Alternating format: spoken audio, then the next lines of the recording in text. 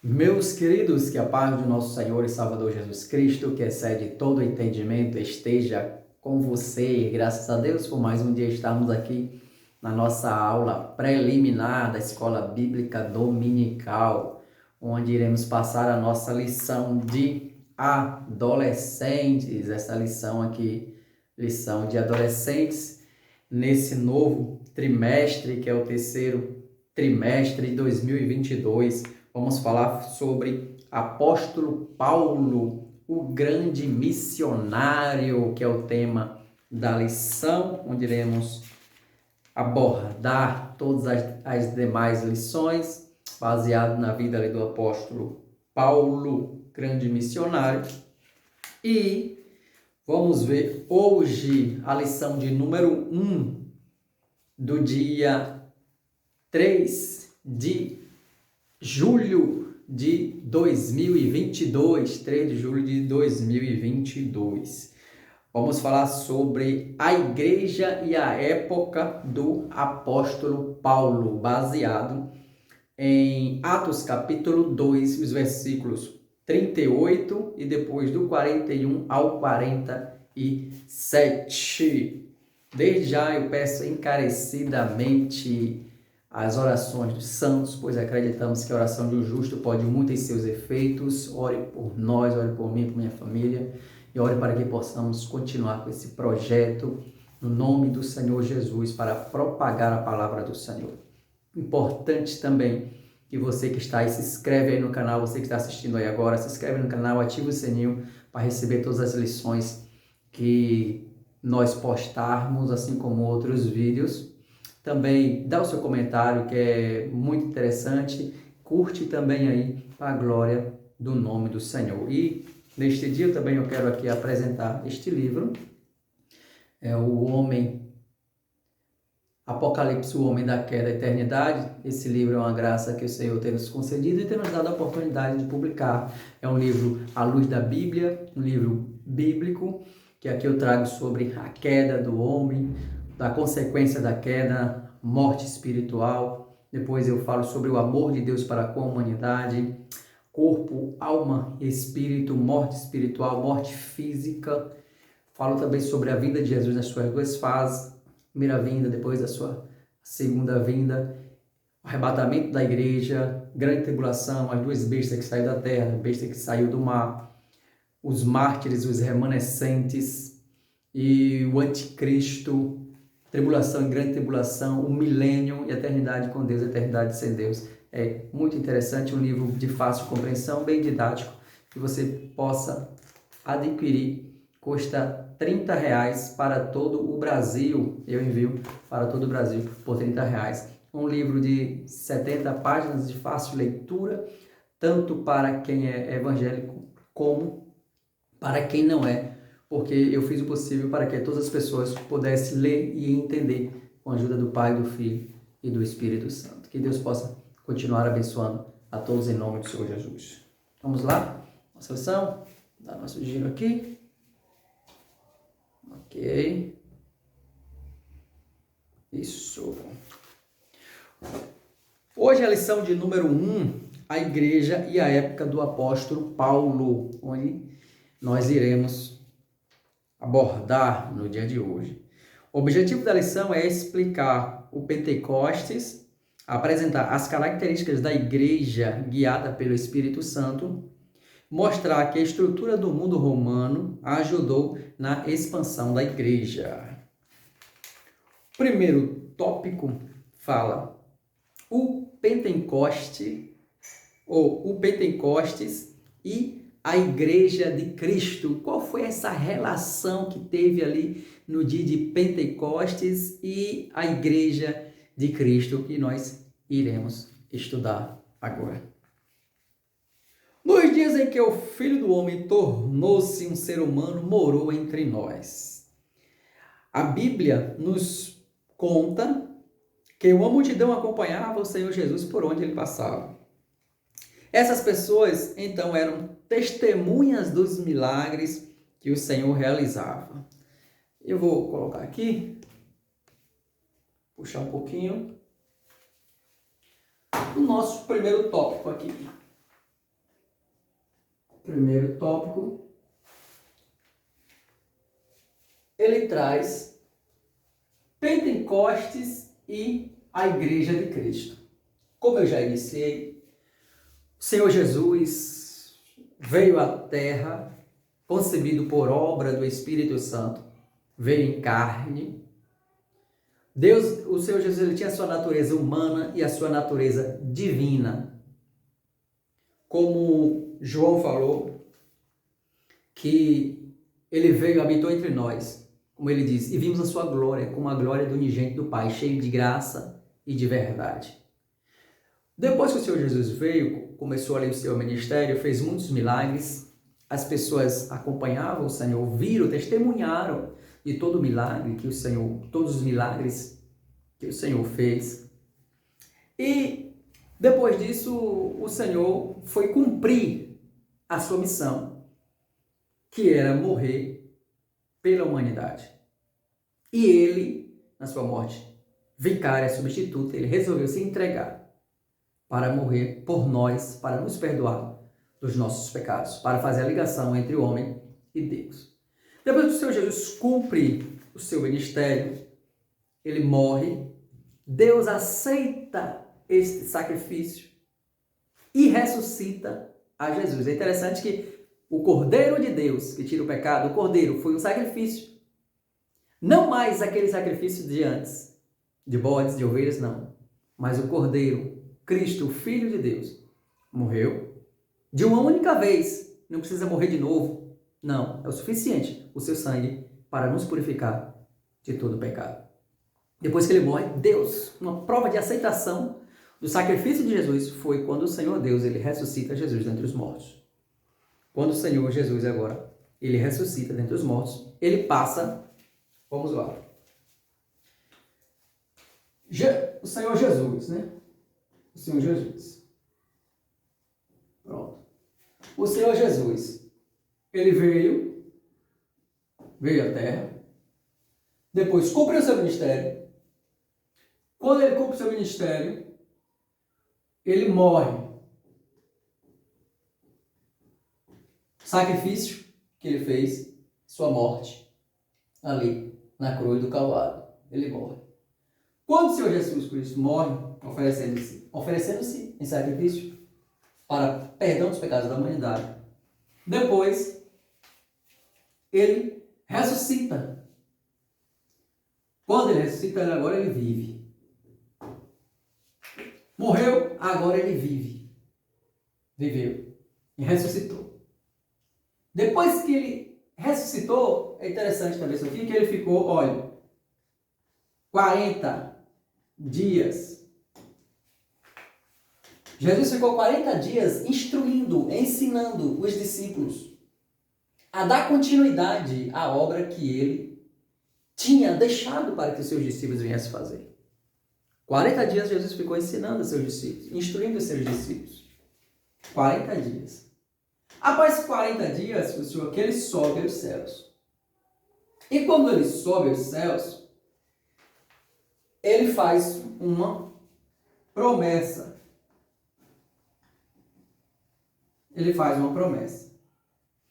Qual foi a promessa? Os discípulos, é claro, ficaram preocupados, porque o Senhor Jesus, que estava sempre com eles, ia subir aos céus. E como iria ficar os discípulos? Preocupadíssimos. E agora? Porque era Jesus o seu escudo. Jesus era para eles o baluarte, a rocha mais forte.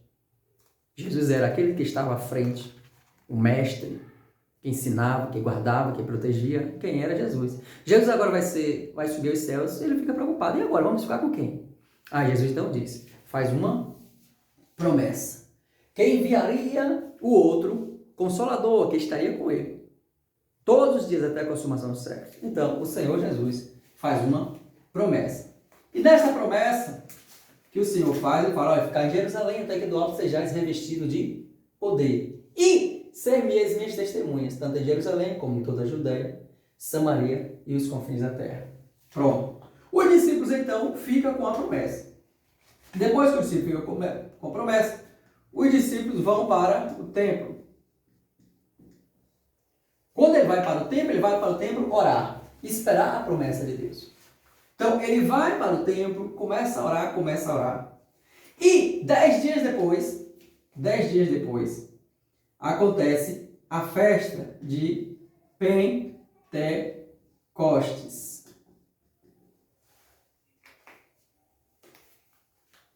A festa de Pentecostes, 10 dias depois que o Senhor Jesus Cristo ele sobe aos céus. Os discípulos no templo, e de repente, eles ouvem um som como de um vento impetuoso. E o Espírito Santo vem sobre eles. Todos foram cheios do Espírito Santo, começaram a falar em outras línguas, conforme o Espírito Santo lhes concedia que falassem. Então, no dia de Pentecostes, veio o Espírito Santo.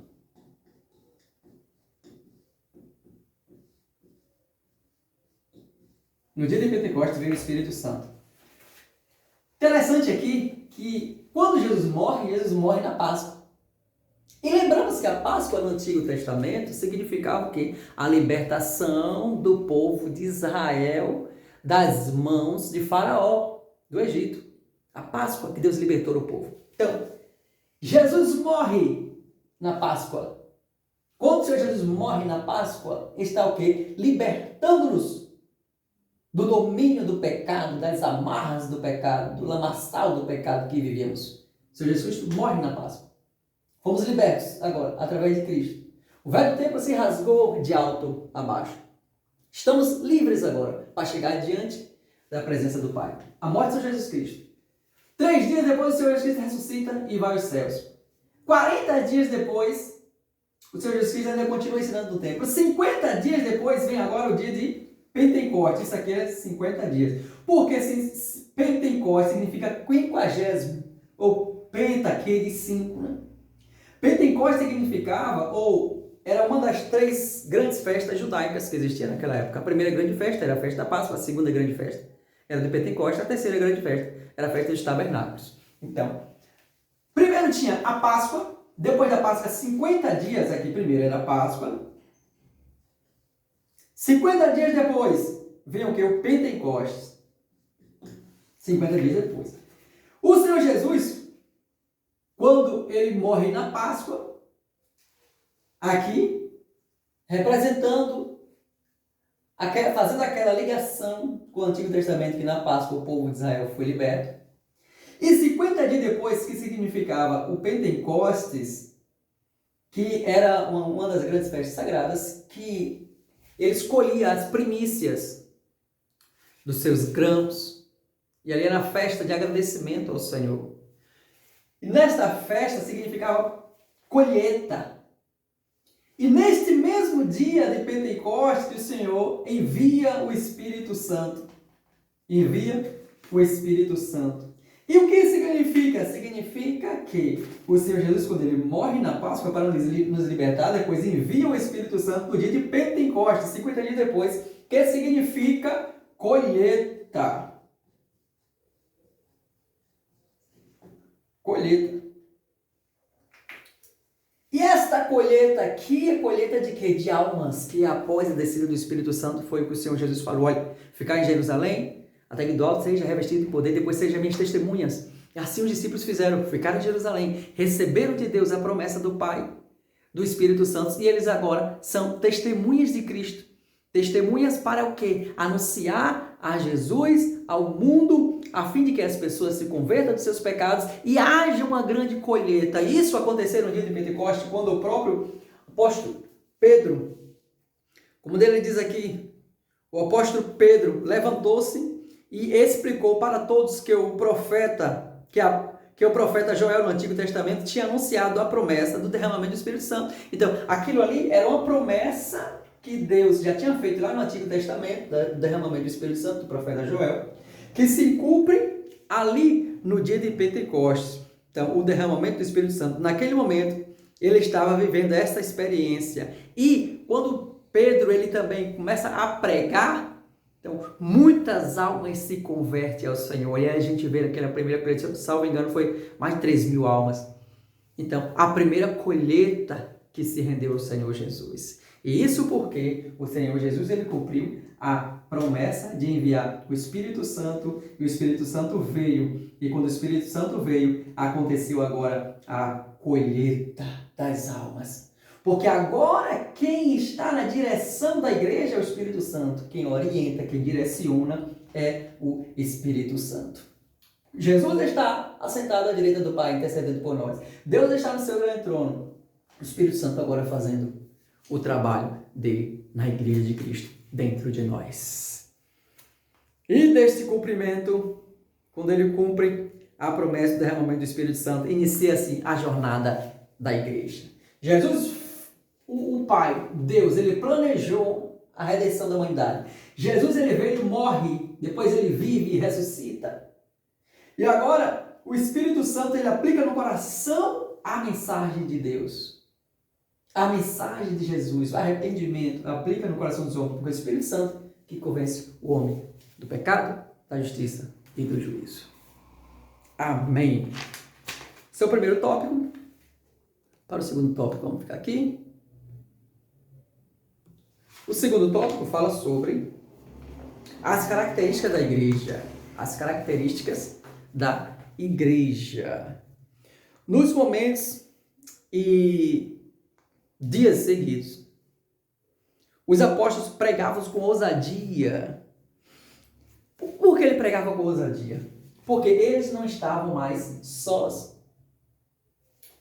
A partir dali, da igreja agora, a igreja agora possui quem? O Espírito Santo. Pronto. O Espírito Santo agora, ele direciona a igreja. Então, os discípulos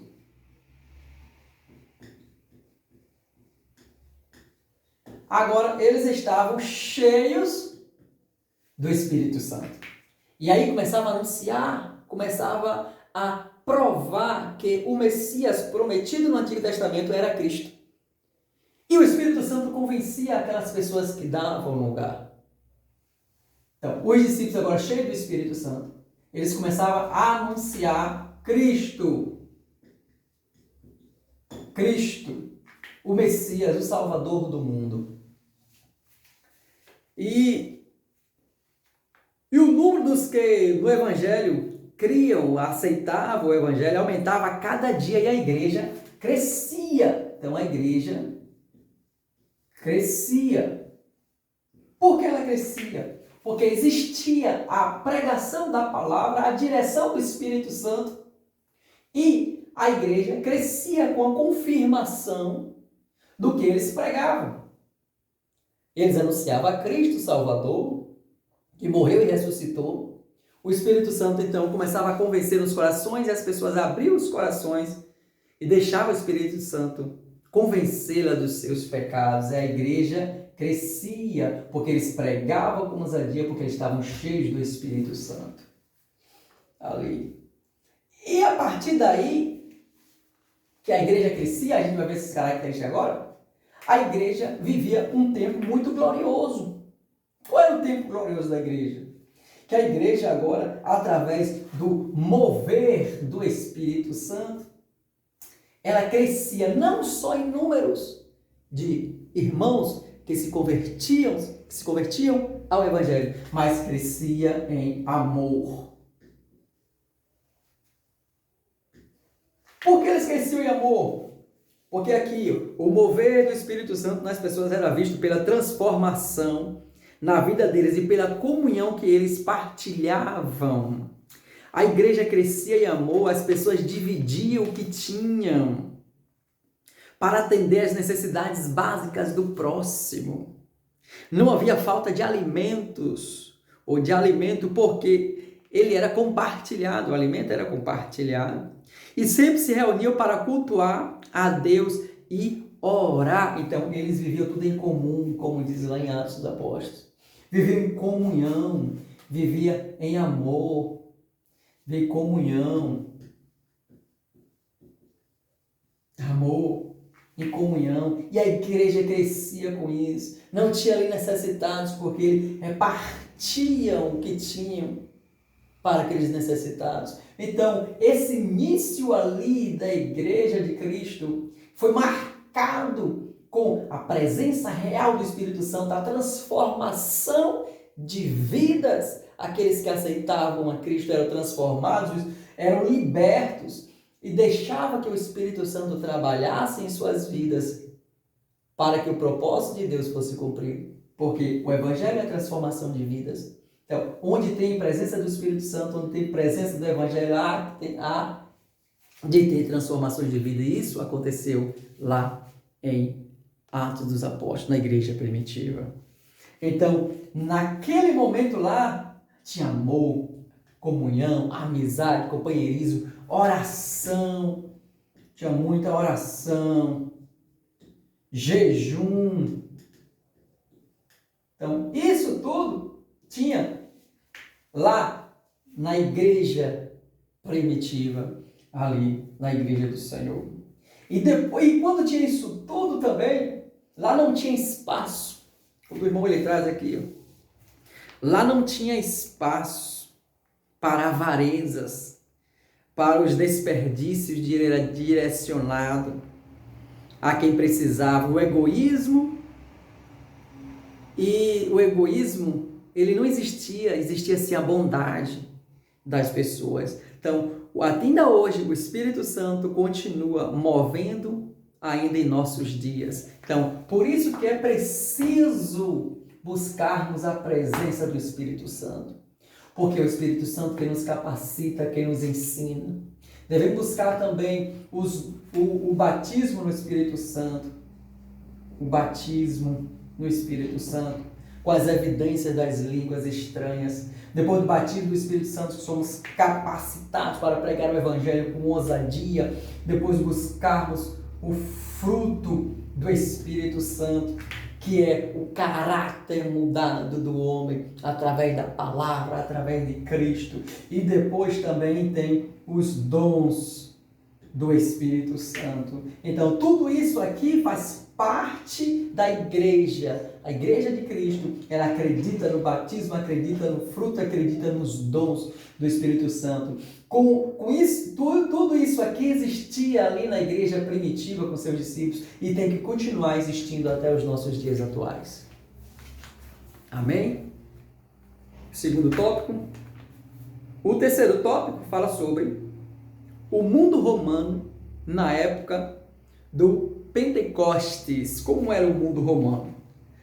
Depois da encarnação, ou a encarnação de Jesus, a revelação do Espírito Santo e o início da jornada da igreja que nós comentamos aqui, no primeiro século da era cristã.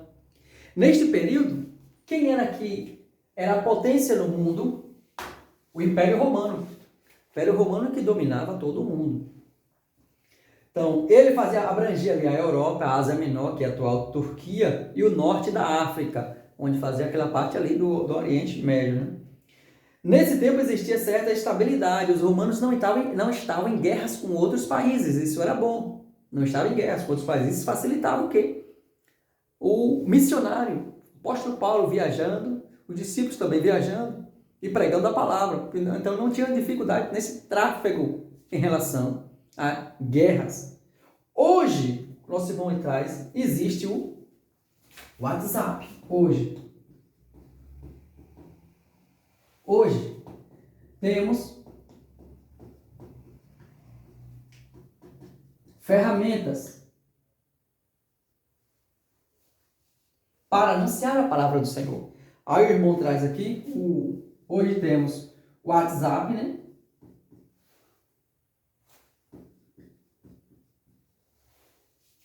Hoje temos WhatsApp. Hoje temos também Face.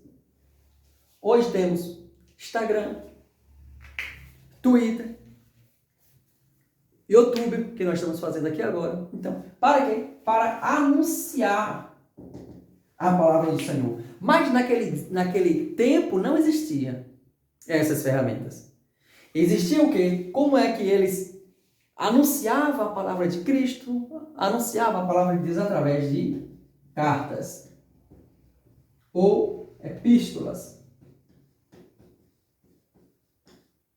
Então, naquele tempo tinha cartas ou epístolas, a epístola de Paulo, a epístola de Pedro, a epístola de João, que significa ali as cartas de Paulo, cartas de Pedro, as cartas de João, que propagava a palavra do Senhor. E naquele tempo também, no Novo Testamento, aqui diz aqui que na época dos apóstolos, as cartas do Novo Testamento foram escritas no grego koiné. Grego, isso aqui é importante. Grego koiné. O que é o grego koiné? Esse grego koiné é o grego básico, é o grego comum, é o grego que as pessoas conheciam, a maioria das pessoas conhecia esse grego. Era uma linguagem bem universal, igual o inglês, que todo o mundo conhece um pouquinho do inglês. Então, o grego koiné era o grego básico, o grego usual, esse grego aqui, o grego koiné. E o Novo Testamento foi escrito em grego koiné.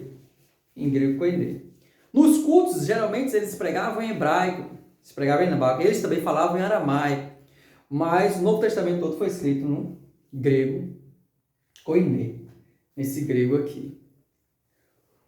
No livro de Atos também, lemos que os apóstolos viajavam bastante. Então, essas viagens que eles faziam, graças a não existir guerra na época do Império Romano e as estradas também ajudava no deslocamento para a pregação do Evangelho. As estradas de Roma, os acessos às cidades, os navios também ajudava. Era um meio de transporte ali que facilitava também levar o Evangelho de Cristo. Então, naquela época, a rede de estradas romanas era de milhares de quilômetros, além das vias fluviais e rotas marítimas. Assim, os seguidores de Jesus iam de cidade em cidade, aproveitando essa estrutura para pregar o Evangelho. Então, é o que nós estamos fazendo hoje. Hoje nós usamos o WhatsApp, o Facebook, usamos o Instagram, usamos o YouTube para pregar a palavra do Senhor Jesus. Estas são as ferramentas que nós possuímos, além do face a face que nós encontramos as pessoas para anunciar o Evangelho de Cristo. Então, iremos estudar durante toda esta lição, toda esta revista, deste terceiro trimestre, sobre essa viagem do apóstolo Paulo, as viagens, do apóstolo Paulo, que primeira viagem missionária, os concílios de Jerusalém, a segunda viagem missionária. Então, o apóstolo Paulo, o grande missionário, e Deus tem muito para nos ensinar através do Espírito Santo, pela vida, como o apóstolo Paulo foi usado por Deus, como ele se dedicou à obra. Assim o Espírito Santo também quer me usar e quer te usar para que nós possamos nos dedicarmos à obra do Senhor. Que Deus te abençoe poderosamente, em nome do Senhor Jesus, e continue orando por nós, que somos carentes das orações. Até a próxima. Não esquece de compartilha ele com os irmãos, com os adolescentes, com os professores. Também comenta aí de onde você está assistindo, que é muito bom também. Qual é a cidade, qual é o estado que você está assistindo. Comenta aí para a glória do nome do Senhor. Deus abençoe a todos, em nome do Senhor Jesus. Amém.